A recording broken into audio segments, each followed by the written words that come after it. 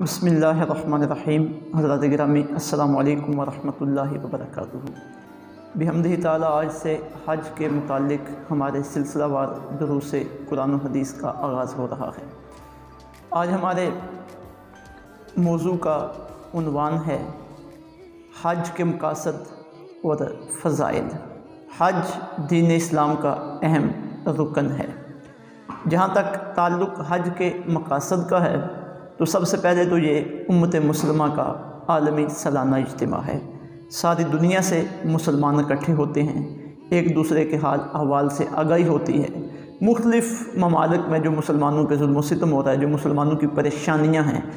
ان کا ایک دوسرے کے ساتھ اظہار ہوتا ہے، اور پھر جو سلاطین اسلام ہیں اور جو اس جگہ کے ذمہ داران ہیں، ان کی ذمہ داری ہے کہ ان سارے احوال سے آگاہ ہو کے جس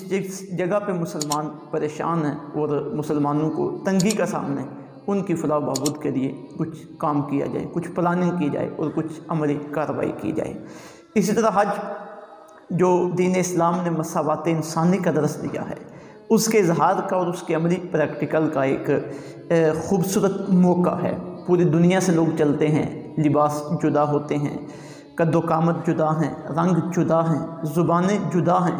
لیکن جب اس خاص جگہ پہ مکہ مکرمہ میں پہنچتے ہیں بیت اللہ شریف کی حاضری کے لیے، زیارت کے لیے اور مناسک حج ادا کرنے کے لیے وہاں پہ موجود ہوتے ہیں، تو لباس سب کا ایک ہے، زبان سب کی ایک ہے، یعنی ان سب کی زبانوں پہ اللہ کی حمد کے ترانے ہیں۔ عربی زبان میں لبیک اللہم لبیک لا شریک لک لبیک، اور پھر طواف کیا جا رہا ہے، سعی کی جا رہی ہے، اور میدان عرفات میں وقوف کیا جا رہا ہے۔ ہر جگہ پہ چاہے کوئی بادشاہ ہے چاہے کوئی عام آدمی ہے، اکٹھے جا رہے ہیں، اکٹھے معاملات کر رہے ہیں، کوئی وی آئی پی نہیں ہے، کوئی کسی کو دین اسلام نے پروٹوکول کسی کے لیے جائز نہیں رکھا۔ تو یہ ایک بہت بڑا مظاہرہ ہے مساوات نسل انسانی کا، اور عملی پریکٹیکل ہے جو حج کے ذریعے جس کا پیغام پوری دنیا کو ملتا ہے۔ اسی طرح حج اہل ایمان کی مضبوطی کا سبب بھی ہے۔ جب نماز پڑھنے لگتے ہیں تو خانہ کعبہ کی طرف منہ کر کے نماز پڑھتے ہیں کہ وہ اللہ رب العزت کے انوار و تجلیات کی جلوہ گاہ ہے، اور اللہ نے حکم دیا ہے کہ میری عبادت کرنی ہے نماز تو اس طرف منہ کر کے پڑھو، اور پھر وہاں پہ بے شمار چیزیں ایسی ہیں جن کا تعلق ہمارے ایمان کے ساتھ ہے۔ صفا مروہ ہے، میدان عرفات ہے،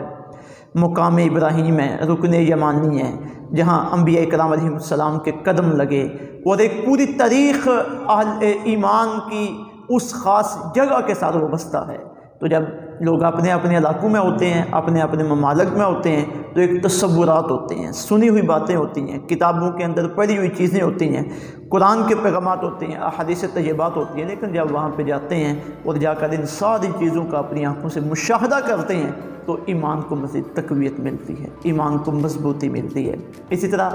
حج انسان کو قبر اور حشر کے مناظر یاد کروانے کا بھی ایک اہم ذریعہ ہے۔ جب دو سفید چادریں بندے نے اپنے جسم کے اوپر اوڑھی ہوئی ہیں اور ایک خاص ترتیب کے ساتھ وہ اللہ رب العزت کی بارگاہ میں حاضر ہے، چل رہا ہے، بیٹھ رہا ہے، نمازیں ادا کر رہا ہے، استغفار کر رہا ہے، آنسو بہا رہا ہے، تو پھر یہ ذہن میں آتا ہے کہ ایک وقت ہوگا میں قبر کے اندر ہوں گا، یہی دو کپڑے سفید میرے جسم کے اوپر ہوں گے۔ تو یہ تصور انسان کے اوپر طاری ہوتا ہے جو بندے کو اپنی آخرت کی یاد دلاتا ہے، اور قبر اور آخرت کی تیاری کے لیے بندے کو آمادہ، مائل اور قائل کرتا ہے۔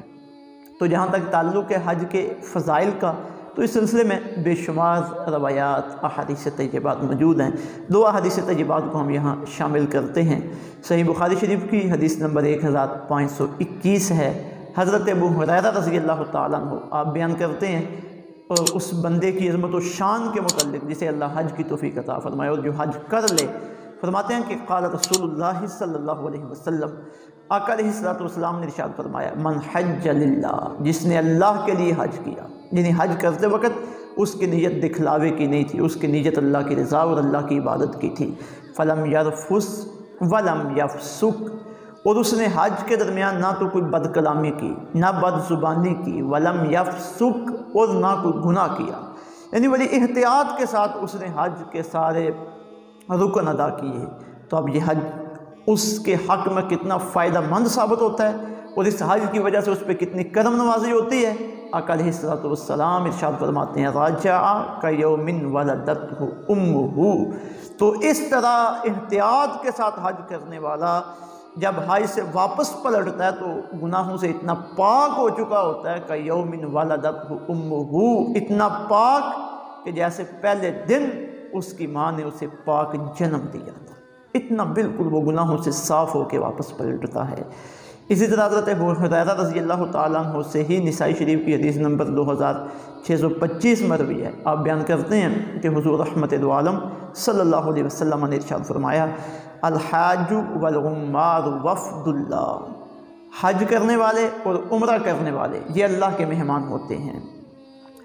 ان دعوہ اجابہم، اگر وہ اس سے دعا کرتے ہیں تو اللہ ان کی دعا کو قبول فرماتا ہے، وَإِنِ اسْتَغْفَرُوهُ غَفَرَ لَهُمْ، اور جب وہ اللہ سے استغفار کرتے ہیں، اپنے گناہوں کی معافی مانگتے ہیں، اللہ انہیں بخش دیتا ہے، یعنی ان کی دعائیں بھی قبول ہوتی ہیں اور ان کے گناہوں کو بھی معاف کیا جاتا ہے۔ یہ حج کی فضیلت ہے۔ اللہ رب العزت کرم نوازی فرمائے، ہمیں حج کی توفیق عطا فرمائے، جنہوں نے حج کیا اللہ ان کا حج قبول فرمائے، جو اس سال حج کر رہے ہیں اللہ ان کے لیے آسانیاں پیدا فرمائے، اور جو عالمی وبا کی وجہ سے حج کے لیے مشکلات کھڑی ہو چکی ہیں اللہ کرم نوازی فرمائے، یہ ختم ہو اور پھر آسانی کے ساتھ لوگ اللہ رب العزت کے گھر کا حج کر سکیں۔ وما علینا الا البلاغ۔